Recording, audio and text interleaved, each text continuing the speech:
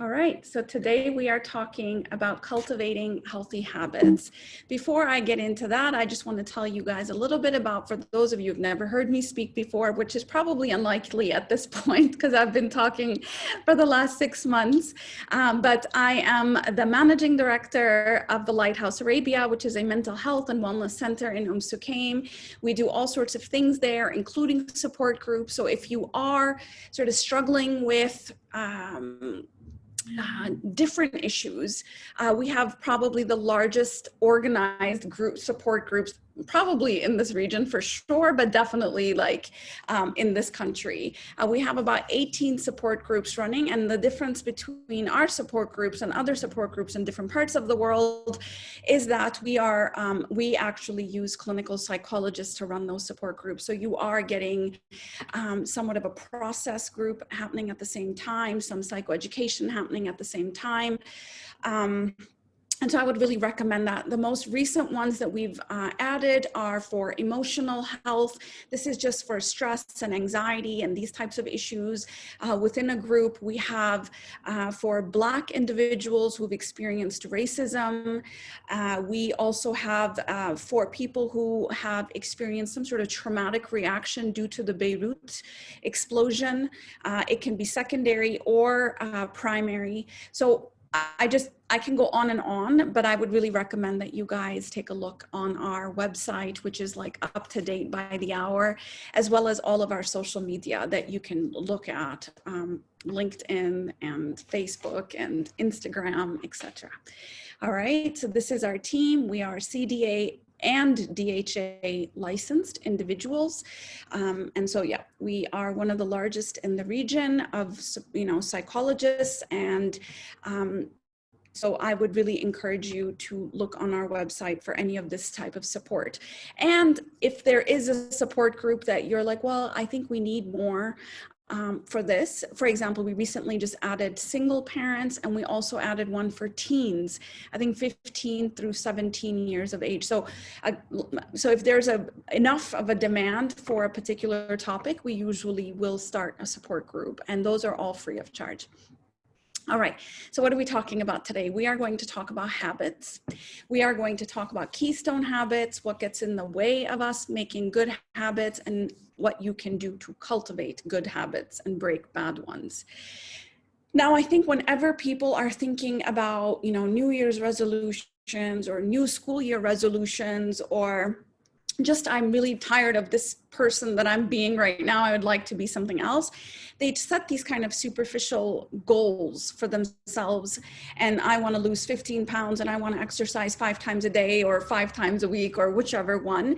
And they actually don't really think about the underlying issues that might actually be feeding that habit, as well as how long it actually takes for us to construct new habits and, build those neural pathways in our brain. So I'm hoping to give you the science of that. Also let you know that there will be some things that are going to get in the way, and unless you address those things, we will be like, majority of the people who set goals but then don't accomplish them. And that's a fact when it comes to New Year's resolutions. And then really, what are some of the things you need to be focusing on? I will also mention, I think there are some habits that are better than others. So like, oh my God, I want to change everything about myself. Like, where do I start? I can sort of coach you on that, because there's a ripple effect that happens as a result of adopting some habits before others. So what is a habit? So a habit is an action that is repeated so often that it actually does not require conscious effort. Majority of what we do every day is what we did yesterday, and it's almost like a habit. Imagine if we had to wake up every single day and think about brushing our teeth, or think about taking a shower, or think about getting dressed. We don't do that. We almost are in this, trance-like state, and we just move through the morning, especially the morning, and through the evening without actually setting any sort of conscious intention for those moments. And that's because we've done it so many times over and over and over again that it has become automatic in our brain. And this is very good for us, because then we are not overwhelmed by every single day we had to think about what to do and how to do it. And so it keeps us from getting overwhelmed, and then we can use our conscious energy to actually build other, habits or learn new things. Now, what happens in our brain is an important thing for us to sort of keep in mind when we are building habits. Now, I want you to imagine a superhighway in your brain, and that superhighway is basically a neural path. So if you look at this image, it literally looks like that inside of our brain, and these are all neural pathways, which are like a superhighway that communicate with each other. And the more you do something, the more that highway actually is getting paved, and it actually is, becoming a more solid habit. Now, in order for you to change a habit, break one, and engage in a new one, you actually have to engage less in the habit that you are breaking, which weakens the pathway, and engage more in the habit that you want to adopt, which actually strengthens the habit. Let me give you an example. So imagine, you know how you have these, you go into like these outdoor parking lots, and there's like these sort of paved spaces in between the different parking spots, and there might be bushes and there might be grass in those paved spaces. Now, in order for people to cut through quickly and not walk all the way around the grass and the bushes, they start to cut through in between two bushes that look like they have a little bit of space for us to move through it. And so people move through it and people move through it. And then you start to see that there's like a worn path that starts to appear there. And it starts to actually look like this is where I'm supposed to be cutting from, right? Rather than walking all the way around. And that basically starts to happen in your brain. And then the municipality says, well, that doesn't look very good. So why don't we just make a little bit of a cut in between these two bushes and put some pavement there or add some bricks there, and then we can trim off the bushes. And so we create a whole new pathway, and then we pave that pathway and we decorate that pathway. And then we might even say, you know what, this pathway seems to be getting a lot of traction. So why don't we put like an ice cream stand there? And that way we can actually sell ice cream to the people that are walking by. Now that actually is happening in your brain without the ice cream stand. But basically the more you engage in a behavior, the more you engage in a behavior, there's a cue, a trigger, a habit, and then a reward that starts to happen. And that pathway starts to get very, very strong. Now, there's a lot of research done, which is a little bit questionable research, but I think, it has some validity to it, enough for you to say, well, this is how long it might actually take. So in the 50s, they said it usually takes 21 days to weaken a habit. And a lot of these detox centers started doing 21 to 29 days of detox. In Ramadan, we know that we're supposed to sort of detox from one way of doing things and engage in another way. In many religious traditions, you will have, these fastings of certain foods or certain behaviors, and you engage with it for 29 days or 30 days or 40 days, and then you re-engage again if you want, or you just break that habit. And so that actually is a strengthening and a weakening of a neural pathway. Now, in some research, it showed that it was 66 days.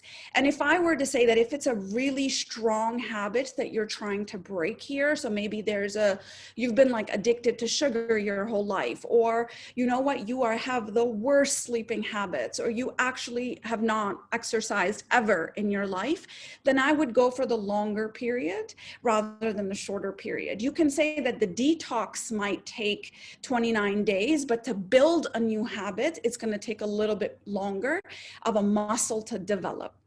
So that's kind of what you want to think about. But I usually say a minimum of 40 days. 40 days, our whole body renews, our mind renews, our psyche starts to form new pathways and new ways of doing and being. So 6 weeks, if you're trying to establish a new habit, which you have struggled with. And most people, what do? Oh, it's New Year's or it's the new school year, and I'm gonna read a chapter every night. And then they read, and then they don't read the next day, and then they maybe read a little bit the next day, or they read. And what they start to do is it's just not getting enough traction. And so those bushes keep growing and there's not enough pavement happening there. And so that strengthening is not happening of that habit. So you have to go really full on, I think, for the first 29 days to 40 days before you actually start to see anything get a little bit easier. So what are some habits? There are some habits, and they call them keystone habits. And these habits actually have a trickle-down effect. And strangely enough, making your bed, having family dinners together, having a daily routine, having a food diary actually is about you actually start to have a trickle effect in all parts of your life. Now, if I were to pick the one habit, if you do not have that habit, I would pick exercise.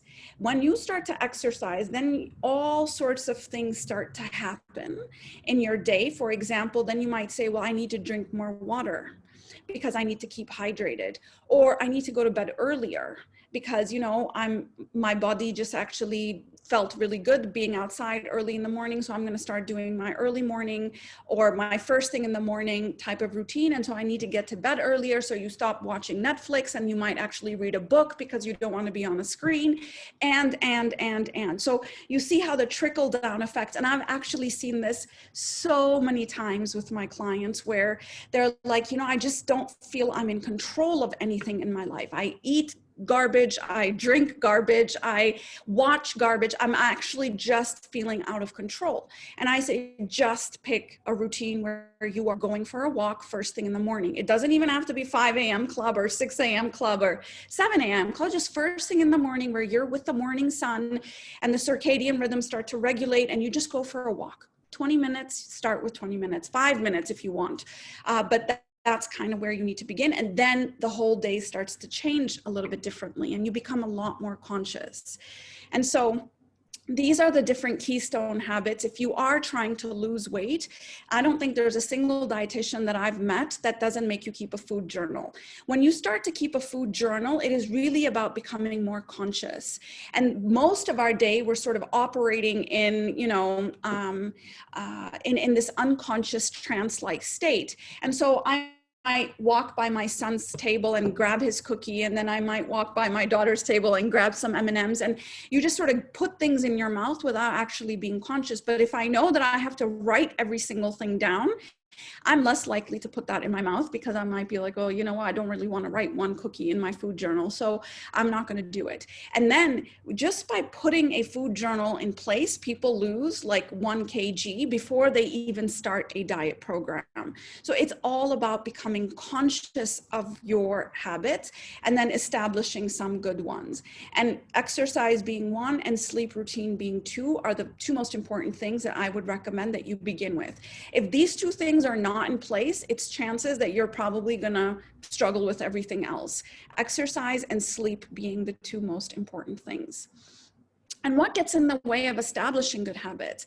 I think denial that you have bad habits. I think there's some part, you know, we sort of laugh it off that we watch hours and hours of Netflix and we don't actually put anything valuable in our brain, and we're not watching things that are actually feeding our brain or reading things that are reading.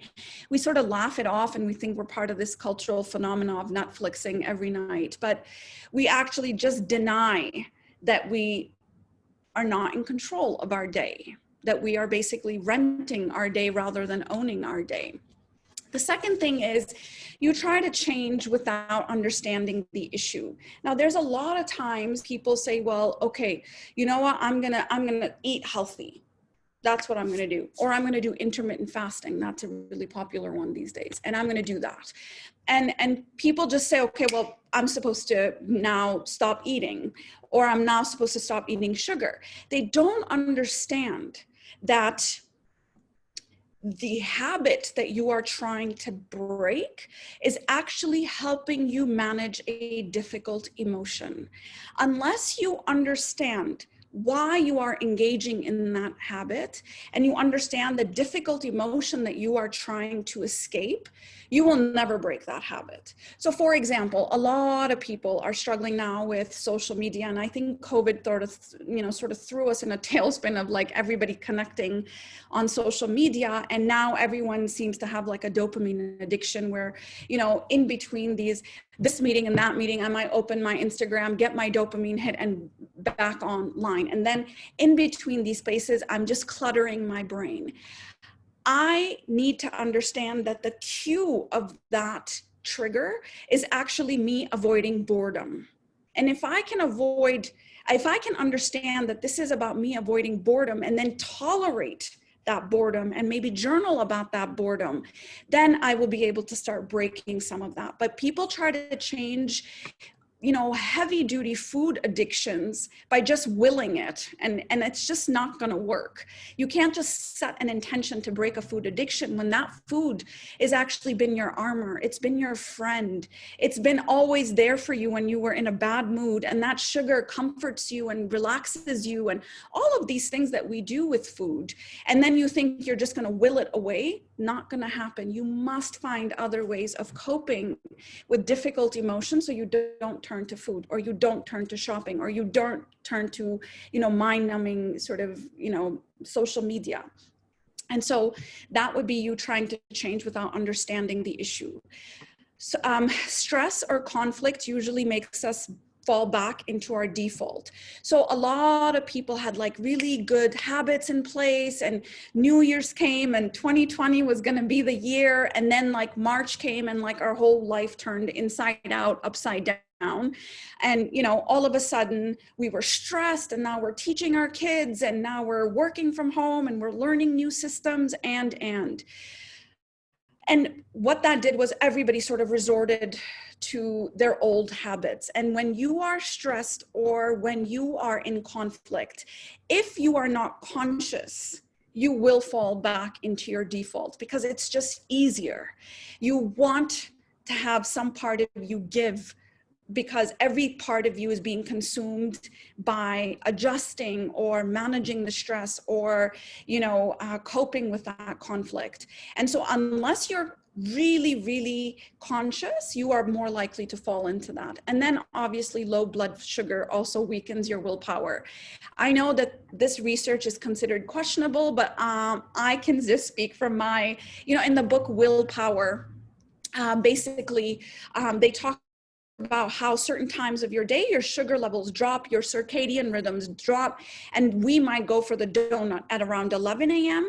or around 4 p.m. We have this dip in our energy, and we will actually go for sugar to give us that boost, or we'll have coffee, or we'll have something to give us our boost, and we might actually have weaker willpower. So if you are struggling with exercising or sugar or diet or any of these or nicotine, shisha, any of these things, tobacco, you want to watch yourselves around these two periods, around 11ish, 10:30, 11ish, and around 4:30. And that's why you have happy hour at 5 p.m. in many countries, because people's willpower is just depleted by that point. And we've done so much work and we've used so much of our will that we actually succumb to whatever that happy hour might be, whether it's food or drink or smoking or whatever else that we're doing in that time. So we need to watch out for these periods and build in some sort of reinforcements at that time to bring our sugar level back up. It might be some dates that you have or some fruit that you eat in order to just stabilize you so you don't actually make some decisions that are not consistent with your goals. So now tips for cultivating healthy habits and breaking bad ones. I think I've mentioned to you that you first need to identify what those goals are going to be for you and what those habits are going to be for you. So maybe writing it down is that, where am I going to start? But the first thing is going to be that set an intention that you are going to be, you want to be a different person who is healthier. So a lot of times habits fail is because they're not linked to an identity. they're not linked to a way of being, rather than it's like a superficial thing that, oh, I want to lose 15 pounds. When you say I want to lose 15 pounds, it doesn't really set anywhere deep inside of you. Just like if you put a seed and you just sort of, you know, not plant it deeply into the ground and water it and nurture it in that way, it is not going to grow. If you just sort of throw it and, you know, hope that it happens to plant, it might actually, but usually you need to, you know, plant it nicely and, you know, in a environment with the soil that is right. And that is actually linking it to your identity. So instead of saying, I want to lose 15 pounds, I want to just be a healthier person. I want to eat things that are healthier, that nourish my body. My body is my temple and I want to take care of it. If I eat junk, I can definitely be sure that I'm going to feel junk, because we are what we eat. And there is no doubt about that your mind and your body are connected. And so when we are linking it to such a deep-rooted identity, then you are more likely to stay connected to that goal, rather than these superficial goals and intentions we set that actually don't get any traction.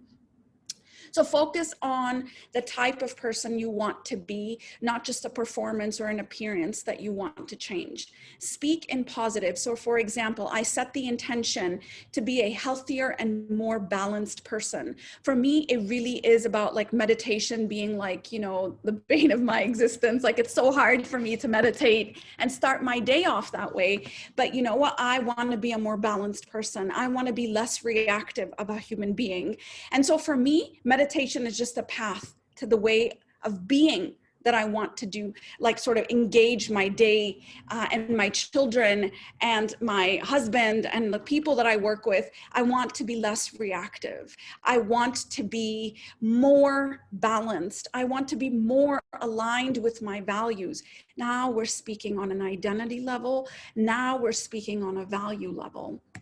The next thing would be, you've got to know yourself.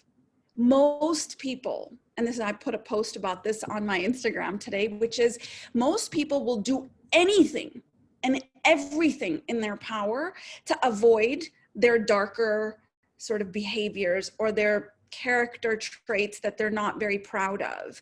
Most people would love to feel like, oh yeah, I'm part of the 5 a.m. club and I like to wake up early and I like to set goals. Most people want to believe this about themselves. But the reality when you look in the mirror is that, you know what, you hardly make it to the 8 a.m. club, you know, and you're sort of slugging around because you maybe went to bed super late, and then you're living on coffee because you're exhausted and you're like, you know, caffeine happens to just be like the only thing that keeps you moving in the day. Now, that is the reality. You must start with a reality of who you are. And maybe, you know what? You lack the willpower to do it after work. Or, you know what? You don't really like reading. That's where we're starting with. You actually can't stand reading. You would love to tell the world that you're an avid reader, but not really. Okay, let's start with where you are. Because when you start with where you are and you own your shadow, your darker parts, the character traits you don't like about yourself, now you are pulling in all your power into this moment, and that power is actually going to help you create the future that you actually want. So I want you to think about the things that you're engaging in and how they're impacting your life.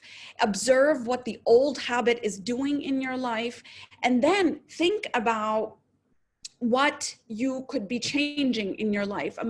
But first you must start with where you are. Look at the feelings and the thoughts and the physical sensations when you are thinking about that old habit and that new habit. When you think about, you know, I don't know, I, for example, reading. I want to read every single day, and how does that make me feel? And think about all the different results you could actually be creating in the different areas of your life if you were actually engaging in the new habit versus the old habit. So first, let's just do a run through. This way of being and doing versus this way of being and doing, and becoming more conscious of the things that get in the way. So planning it, so whatever you decide now, so let's just say you are deciding that you are going to walk every morning.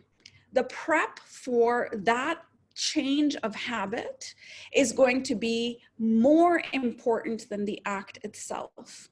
You have to have an implementation plan and forget about the deadline of losing 15 pounds. This is not about losing 15 pounds, because if you keep your eye on the end, you will actually just feel a lot more discouraged. Even though, you know, it's always good to sort of keep an end in mind and start there, but just put it somewhere and then start working on the plan that you're going to have. Each plan or each habit that you are trying to change must live in your schedule.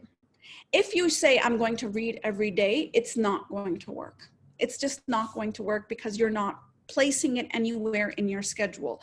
You have to say, I will read at 7:30 p.m. every single day for 1 paragraph. And that's it. I'm going to talk to you guys about micro habits. So you break it down into the tiniest little piece, so you build momentum in the beginning. Don't say, well, maybe tomorrow I'll read it at 5, or tomorrow. If it's not in your schedule, and now realistically setting that, because 7:30 might not be a good time for you if you have like kids running around you. So you might actually have to push it to earlier in the day or later in the day, or sometime when they're not, 4 p.m. when they're all busy doing their stuff. That's why you might need to put it. So really taking an honest analysis and then sticking to the schedule in the beginning. Don't just try to wing it. Oh, I missed it at 7:30, so I guess I'll do it at 9. Commit to it, write it down, put it in your schedule. Linking an old habit to a new habit is very effective. So for example, I want to listen to a podcast every morning. I walk every morning. Now I can say, well, I'd like to have a silent period during my walk, but the podcast is about 30 minutes. So I'll walk for 45 and I'll listen to a podcast for 30 minutes and I will walk in silence for 15 minutes.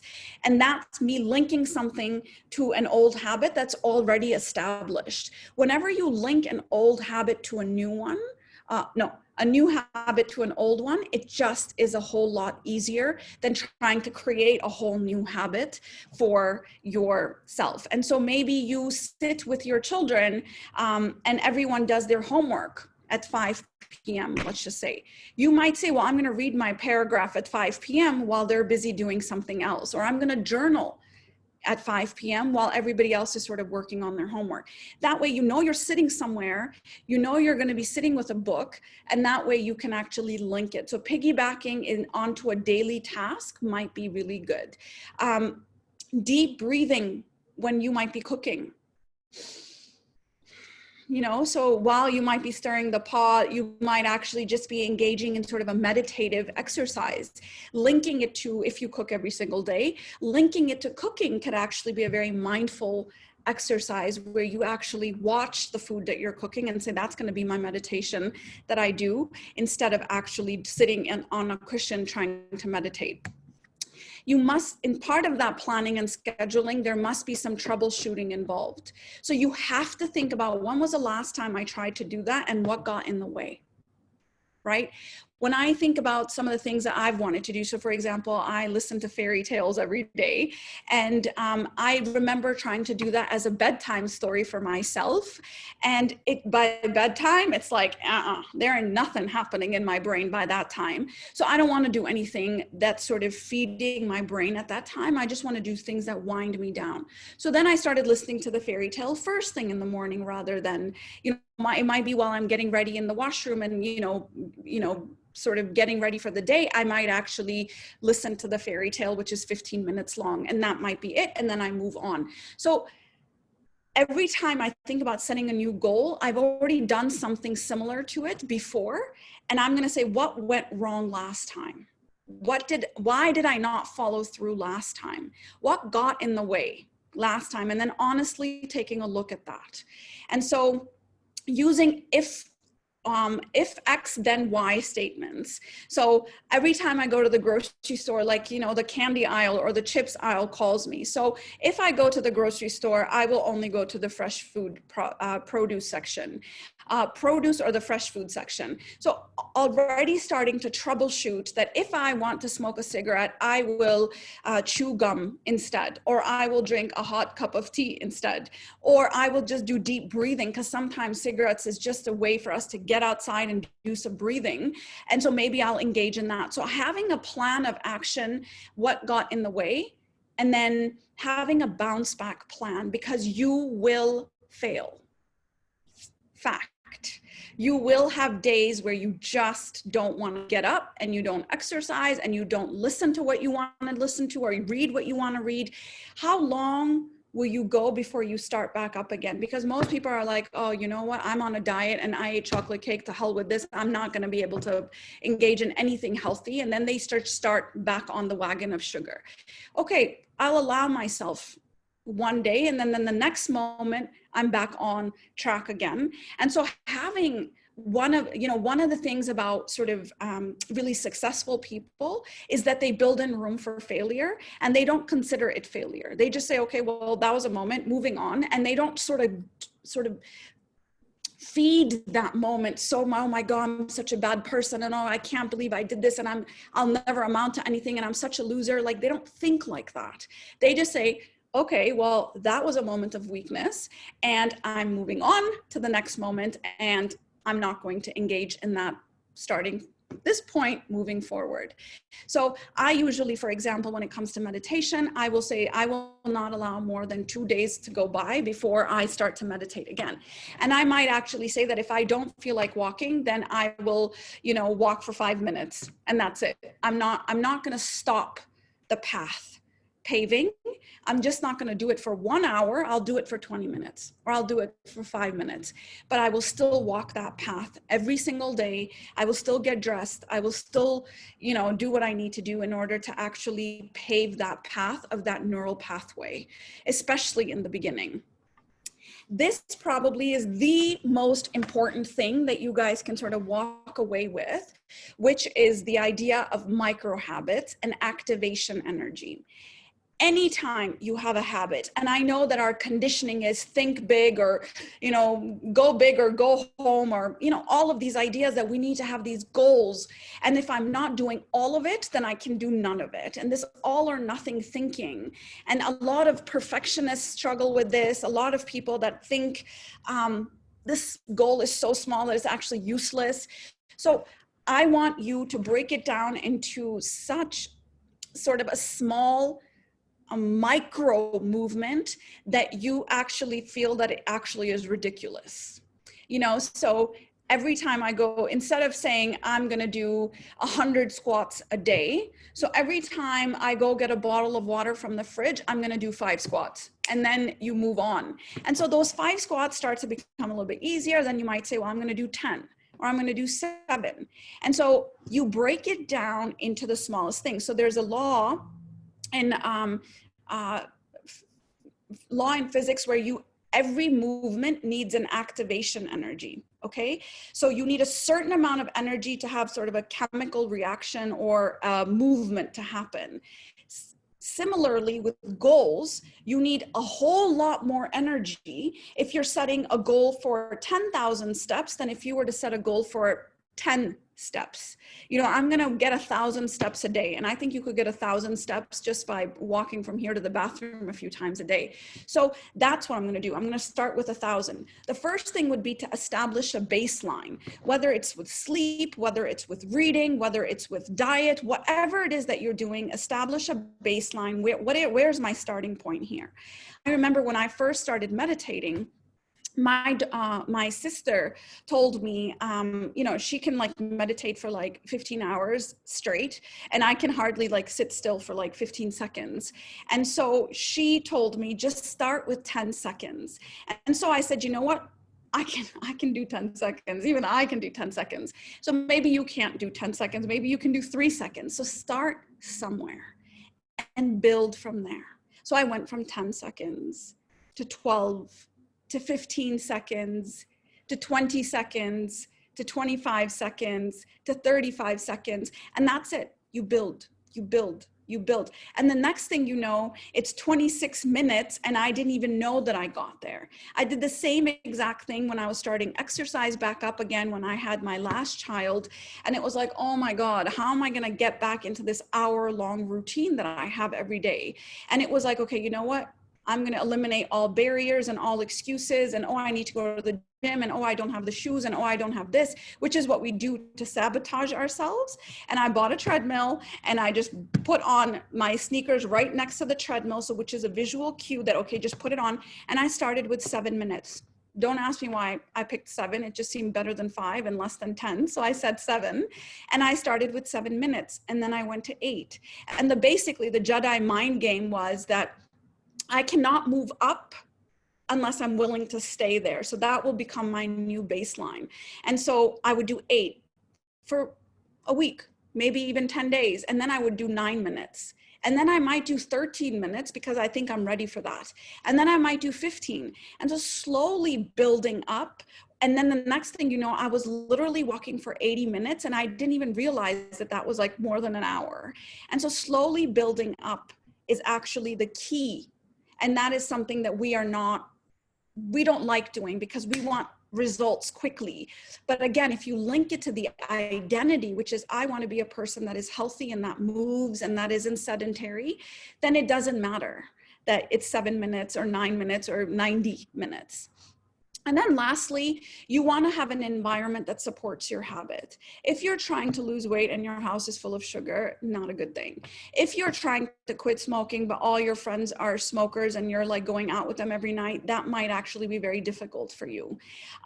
So it would be very, very important for you to stop any of these kinds of sort of cues in the environment when you are trying to change something inside of you. And then introduce multiple layers of accountability. So that could be that you decide with a friend that you're going to do that, and you get a coach, right? So I'm going to go work out, and here's a coach that I have to report to, and this is a friend who's going to go with me. And so if I can cancel on the coach, but I might not be willing to cancel on my friend, so fine, I'll go. So add multiple layers of accountability so it's harder for you, especially until you get a rhythm going, which, like I said, usually takes 6 weeks. Have an environment that is more encouraging. So increase the greenery in your environment. That actually has been shown to increase your mood. And when you are in a better mood, you're more likely to follow through with your values and not be as stressed. Have aromatherapy. I've already told people that I have all these kinds of things that I spray around. When I am calm, I'm more connected to my values and my identity of who I am. And that actually has a trickle-down effect.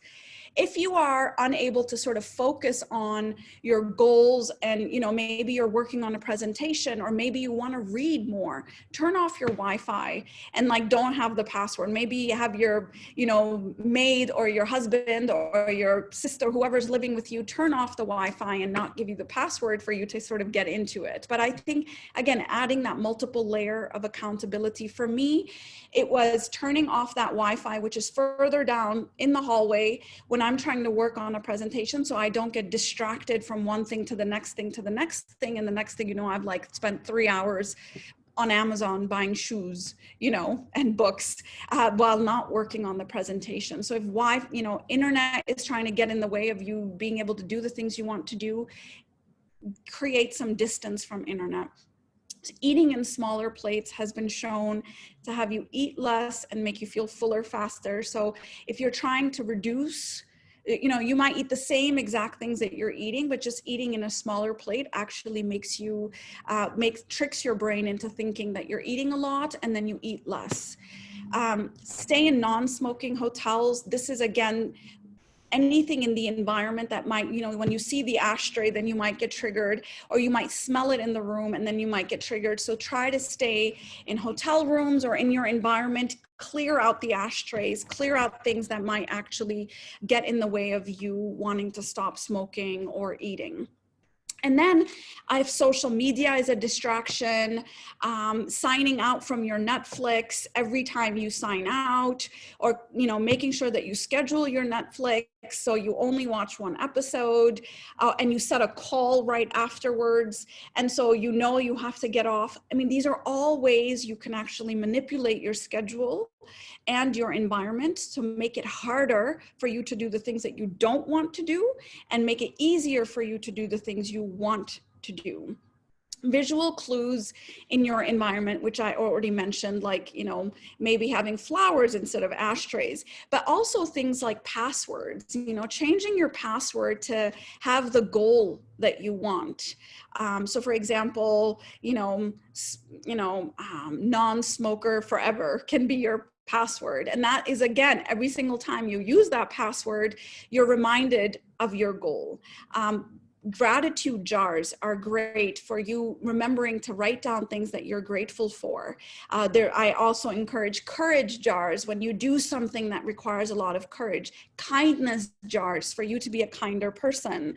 You know, these are all ways where you can actually create visual clues for you to be more of that. I have Post-its on my bathroom mirror where it tells me to do mirror work, which is looking in the mirror and speaking to yourself in the way that you would want other people to speak to you. So it's on my mirror, and every day I look at that Post-it and I say, okay, do your mirror work. Changing your phone screen so where all that stuff that you are really trying to not engage in, you put it on like the 5th screen rather than on the 1st one. Again, creating those multiple layers of you just not moving into this automatic sort of pressing a button.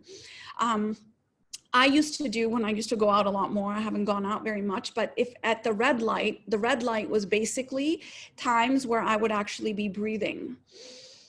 So the whole red light, I do not look at my phone, and I use that as a time to ground myself and practice deep breathing. These are all small cues that you can put in your day that remind you of what you want to be doing. One thing I recommend is take your watch off and put it on the opposite hand when you're trying to remember to do something. So for example, you want to drink more water, just switch your watch and you will literally feel like someone is holding your hand telling you, okay, drink more water. And it will literally feel like a heavyweight. I encourage you to do it right now as I'm speaking to you, to take your watch off your dominant hand and place it on your non-dominant hand. Eventually you get used to that, but then you switch it back to your dominant hand. And it's a way of you just reminding yourself again and again of your goals and of the habits that you want. And that's all I have. So I have some time for questions now. These are the 3 Instagram accounts that I contribute to. At Smart Heart Board Game is the parenting account for now of the Lighthouse. At Dr. Saliha Afridi is my personal account. And then at Lighthouse Arabia is the clinic's account. And we have all sorts of information on all 3 of those accounts for those 3 different populations. I'm very happy to take your questions now. So I'm going to read the questions and then I'm going to answer on here. Okay. Okay. So somebody had to go in the middle.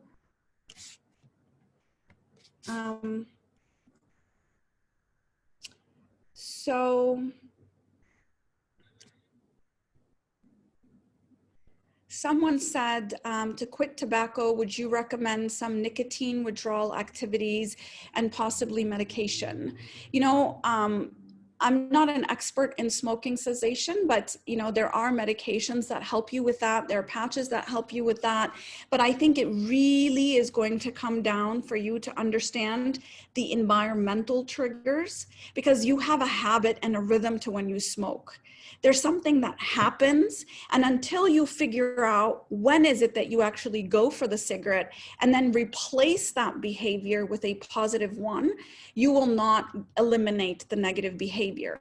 So you might get in a conflict with one of your colleagues, and that's when you go out to get some fresh air, to step away from work, to go hang out with people, and get some space from your workspace. And that's when you actually go out and smoke. So until you figure out how to de-stress when you get in conflict with a colleague, you will continue to actually engage in smoking behavior. So while medications and all of these other programs are good, you first have to understand, what behavior am I coping with that this smoking is sort of helping me with? What feeling can I not tolerate And that's the feeling that I need to build a muscle for, or I need to learn how to manage. Until you do that, you will not actually be able to sort of move out of smoking. But then you also have to think about all the different things that you might actually be getting from smoking. When you smoke, you actually go outside. You hang out with other people that are smoking, so it becomes like a little bit of a social activity. You actually take a break from work and you step away from it, right? There might be other things that that behavior is serving. And so you have to think, is it a social thing that I'm trying to do? Then you need to make a phone call and just step away from work and go for a walk while you're making a phone call. So you're not actually engaging. So you have to figure out what purpose that behavior is serving and then inject that same purpose using something that is healthy. If it's to take a break, then you know you need to take a break. You need to walk outside. Now the weather is getting nicer, so maybe that's something that you need to do. Or if it's to socialize, then you need to find another way to socialize at that time when you feel really stressed with something. Or if it's to manage your stress, then you need to learn other ways to manage your stress that actually are going to help you.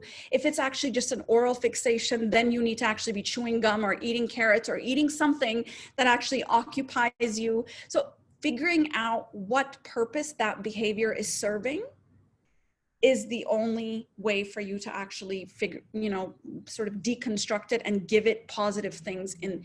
There's a book called Immunity to Change.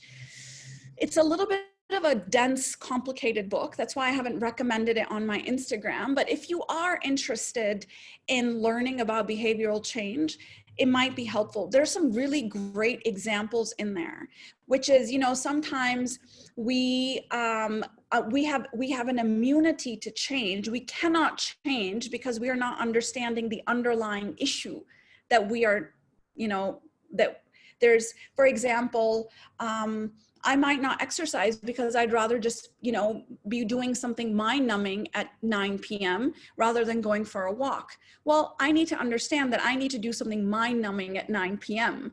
And so doing that mind-numbing thing and then finding another way to sort of exercise, so not trying to compete. We have conflicting and competing needs. And so trying not to compete with those needs and still have those needs met in a way that is healthy would be important.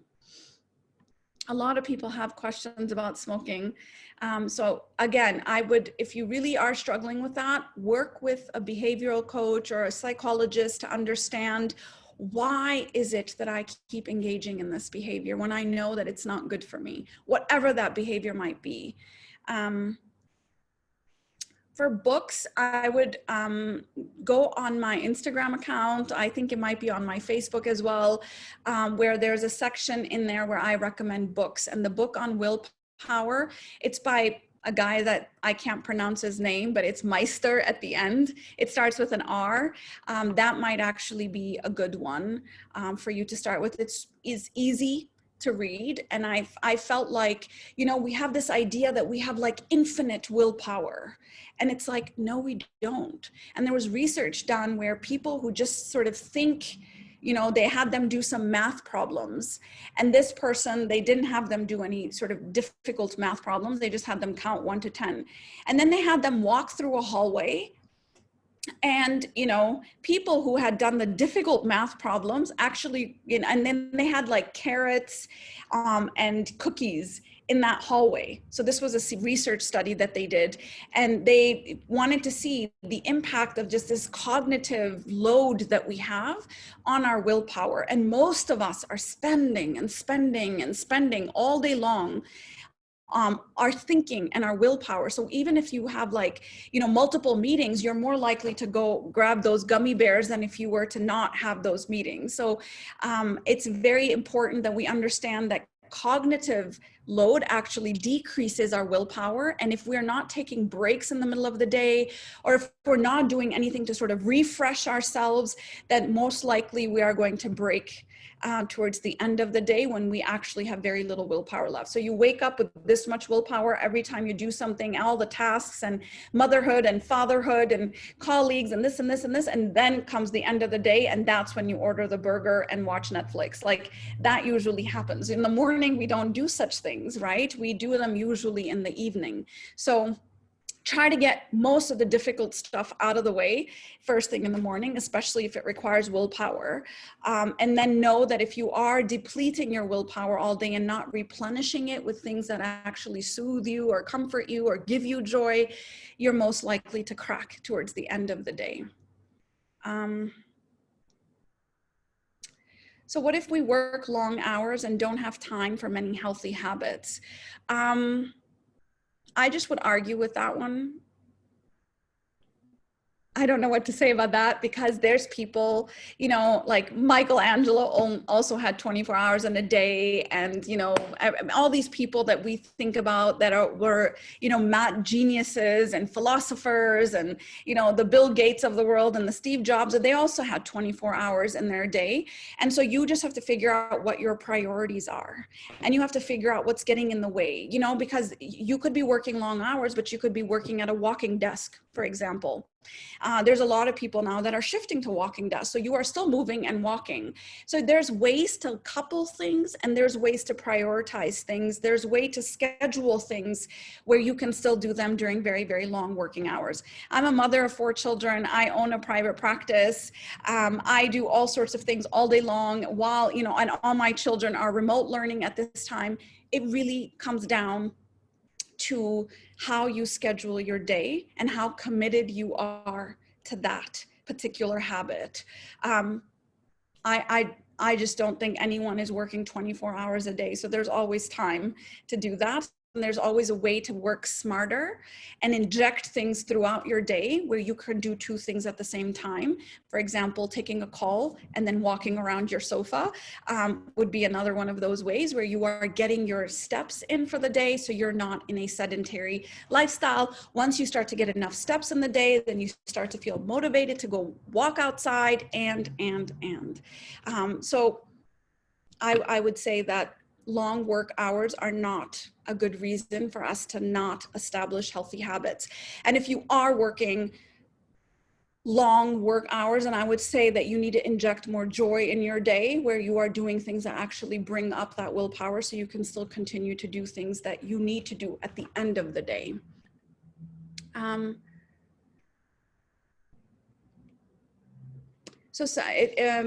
People said that it is known that old habits stay in our brain. Just like I said, when you are stressed, you will resort to your default.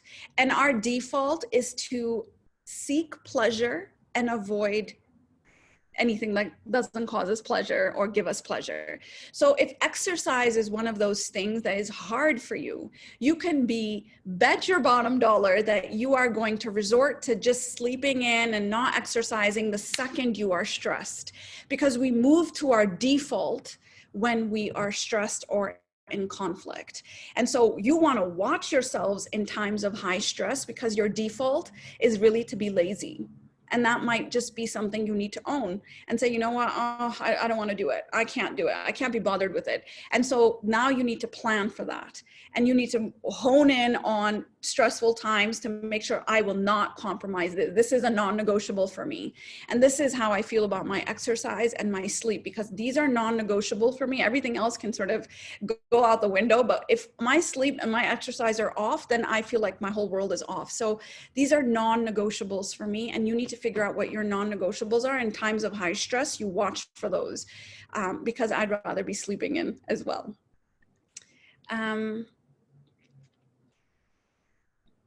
I tend to feel overwhelmed when it comes to planning. Do you have any advice regarding this?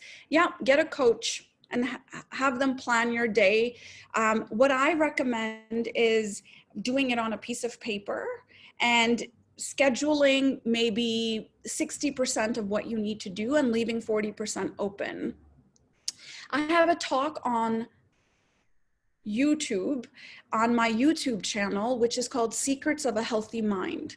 If you haven't watched that talk, or if you haven't heard me deliver that talk, then I would really recommend going to watch that. Towards the end of that talk, I tell you how to time box. If you are not time boxing your day is going to go from here to there, and you are not, we're basically going to be renting our day. And whenever we rent anything, we don't take care of it. When we rent a car, we don't take it for a car wash necessarily, or when we rent a room, it's not like we're reorganizing and redecorating and any of that. Own your day, and by owning it, you're actually time boxing. This is a time where I don't do anything. This is a time when I call my mother. This is a time when I cook. This is a time when I hang out with my kids. This is a time I check my social media. When you start to do this, then you start to own your day. And I'm telling you, I had 3 children under 4 years old. I was a single mother at the time. I was living alone here, and it is very, very possible if you just sort of become a little bit, and I want to say a little bit rigid in the beginning. You have to be a little bit rigid in the beginning to your schedule, but constantly be shifting things. If you're not a morning person, don't try to wake up at 5 a.m. Like if you're not, if you feel really lazy in the middle of the day, don't say, well, I'm going to go to the 12 o'clock lunch hour gym class. No, you're not. You're not going to do it. So don't do it. And so it really is going to come down to you understanding yourself and then scheduling things that are most important to you in pen and saying, these are non-negotiables for me. I'm going to start with that and then build up from there. But time management is a life skill, which is stress management. I don't know how anyone can manage their stress if they don't know how to manage their time. It's a fact. And so for me, it was a skill that I learned when I was 18 years old, and it has resulted in me being able to do the things that I can do in the way that I want to do them. And also knowing that, you know what, I probably am not going to do anything on Friday. So I'm not going to do anything on Friday. Like I'm just going to leave that day open and I'm going to lay in my bed in my pajamas and do nothing. So I'm going to build in room for that rather than trying to push myself to do things that I don't feel like doing in times that I don't feel like doing them. So build around that and start tiny, tiny, tiny, tiny steps.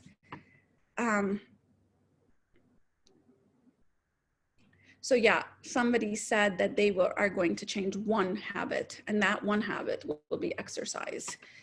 Guys, there's also a webinar that I've done on sleep, and I can't like have a talk without talking about sleep. And I will say that please, please, please, if you are going, actually, even before exercise, I would say sleep is so critical, but for me, they go hand in hand. The more I exercise, the better my sleep, the better I sleep, the better I wake up, and it just sort of moves in that space.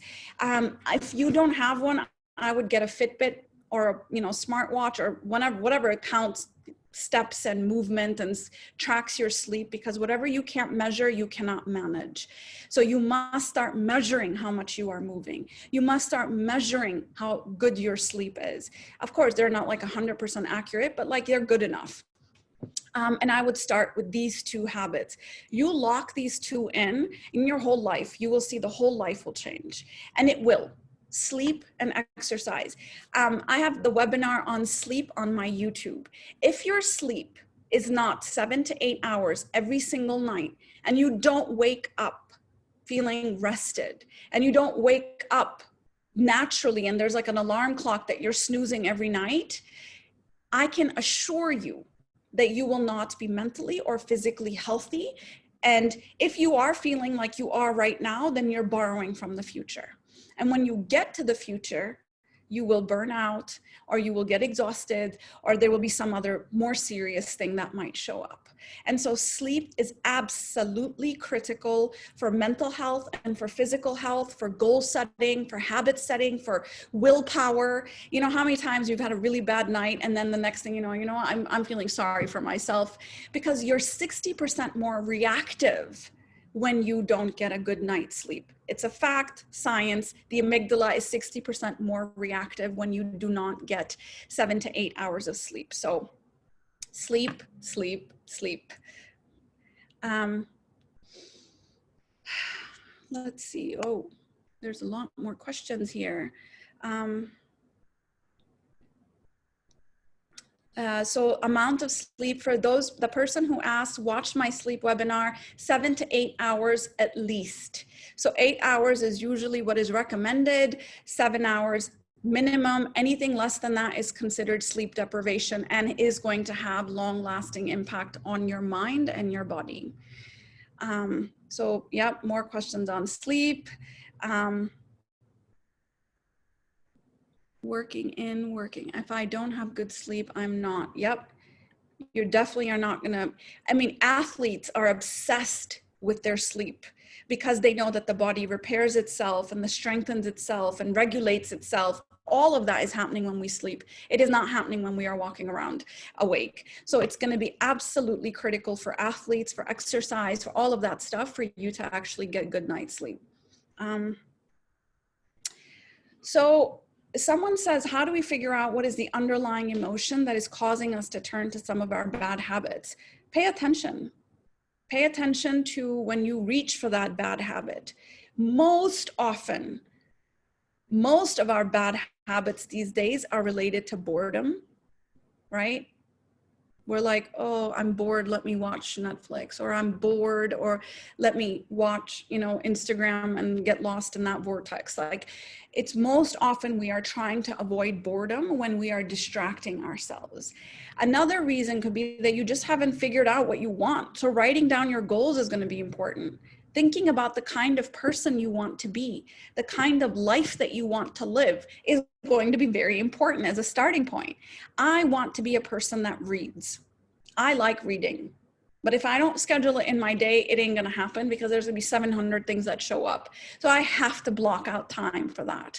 And so I have to figure out what type of person I want to be and then work backwards from there and then figure out what's getting in the way of me doing that. Like I said, when it comes to food, I can assure you most people are struggling with food because the feeling is stress and they, you know, they want just some good dopamine released in their brain. And so they go for that, you know, chocolate cake, or they might go for that glass of whatever. And so, or that cigarette. And we're just trying to avoid stress, right? But in the end, we actually make us more stressed because those habits only release dopamine and they give us relief.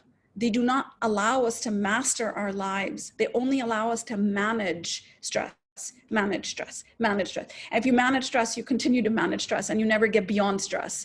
And so we want to master stress, not manage stress. And so pay attention to when you reach for that thing that you're trying to break the habit of and say, okay, what am I feeling right now? Tune into your body. In the physical body, what are you feeling? Oh, I feel stress. I feel tension. I feel agitated. I feel frustrated. I feel angry. I feel sad. I feel lonely. Whatever the feeling is, now start to pay attention to that. And then we need to solve for that feeling rather than manage it all the time. You're welcome.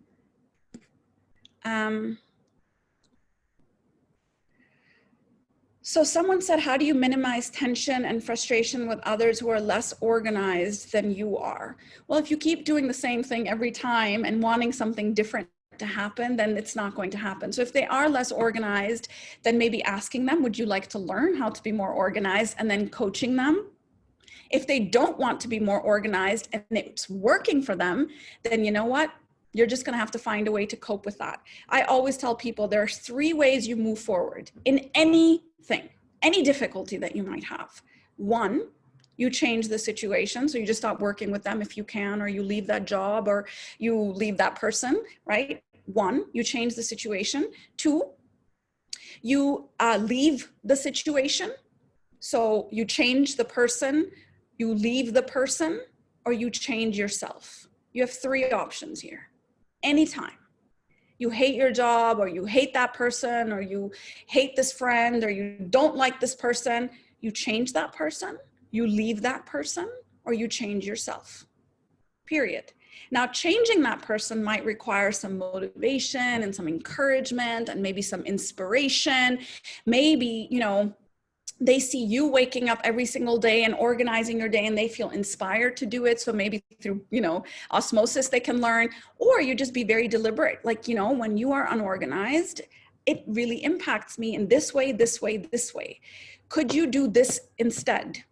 And so maybe asking them precisely what you are requesting of them. And if they say, well, tough, I don't want to do it that way, then you have to change yourself in the way you work with them. So I used to work with someone who was not as organized as me, and I needed to give her almost like a week heads up, and then almost like a daily reminder. And I wasn't doing it. I almost had to micromanage her because she was not as organized as I was. And so it would be like a daily email that would go out, checking in, making sure we're on deadline. And then that was it. And so I changed the way I worked because I had to work with her and she wasn't going anywhere. So that's kind of how you would need to do. Change yourself, change the other person, or leave. 3 options. No matter what the situation is, you only have 3 options every single time. Keeps it pretty simple. Somebody asked me about hypnosis. I don't know a lot about hypnosis, about breaking habits and building new ones. I actually don't know. I don't know about the evidence on that. But if it helps, why not? Right? But I would say try to do stuff in your conscious life as well, and not just rely on hypnosis. And then think about, why is it that you're resorting to hypnosis and not trying to do it yourself? Because what's getting in the way of that? You learn so much on the road to good habits about who you are, what gets in the way, what are your weaknesses, what are your faults. I think those are important things to know about ourselves. This is our shadow. And when we start to learn these things about ourselves, the habit actually becomes a whole lot easier. Yes. Somebody said they're sleeping 3 to 4 hours a night. Please don't do that. Please don't do that. It is not good. There were 2 heads of state that actually boasted about how little sleep they got. Oh, I only need 4 hours of sleep and I only need 5 hours of sleep. It was Margaret Thatcher and Ronald Reagan. Both of them got Alzheimer's. Alzheimer's is absolutely directly linked. Alzheimer's, dementia, cognitive decline is directly linked to not getting less than 7 hours or 8 hours of sleep every night. Direct link. This is not like, oh, plausible. So if you are not sleeping 7 to 8 hours, I really highly encourage you to go on my YouTube channel and watch that sleep webinar. It moves very fast, but you need to understand the damage you are doing to your mind and body when you do not get the 8 hours of sleep or 7 hours of sleep. I aim for 7 hours and 15 minutes. So I can't sleep more than that, but I wake up fresh. And so that means I'm getting enough sleep. But there are times when I'm tossing and turning, and I know that it's probably because my exercise is not as rigorous. So, okay, guys, the rest of the stuff, I think I answered a lot of your questions, but there's still a lot more coming in. But if I didn't answer your question, I would really encourage you to actually message me. And if you need some advice on like, well, I'm really trying to meditate, how can I build that into my day? I'm like a Jedi when it comes to habit linking. And so when it comes to, for example, I always keep this, and I'll keep hydration. Like I'll have my tea and I'll have my water. And I realized that one of the things that was getting in the way of me staying hydrated is because I like to drink tea. And every time I had to drink tea, I had to message my house staff and say, please, can you bring tea? Because the kitchen is all the way down and I'm upstairs and I'm too lazy. So I put a kettle in my room and put a mug in my room and bought a really beautiful tea sort of thing. And now I drink tea all day long because all I have to do is walk over, click the button, put the hot tea. And so these are small things you do that actually can change the way you operate and hydrate and exercise and learn and grow, just like podcasts or books on, audiobooks. If you're not a reader, listen to the books instead of like looking at, some social media that is mindless and mind numbing. do things that actually feed your brain. You know, listen to things while you're actually getting ready in the morning. And that's just setting your mood for the day, setting your intention for the day.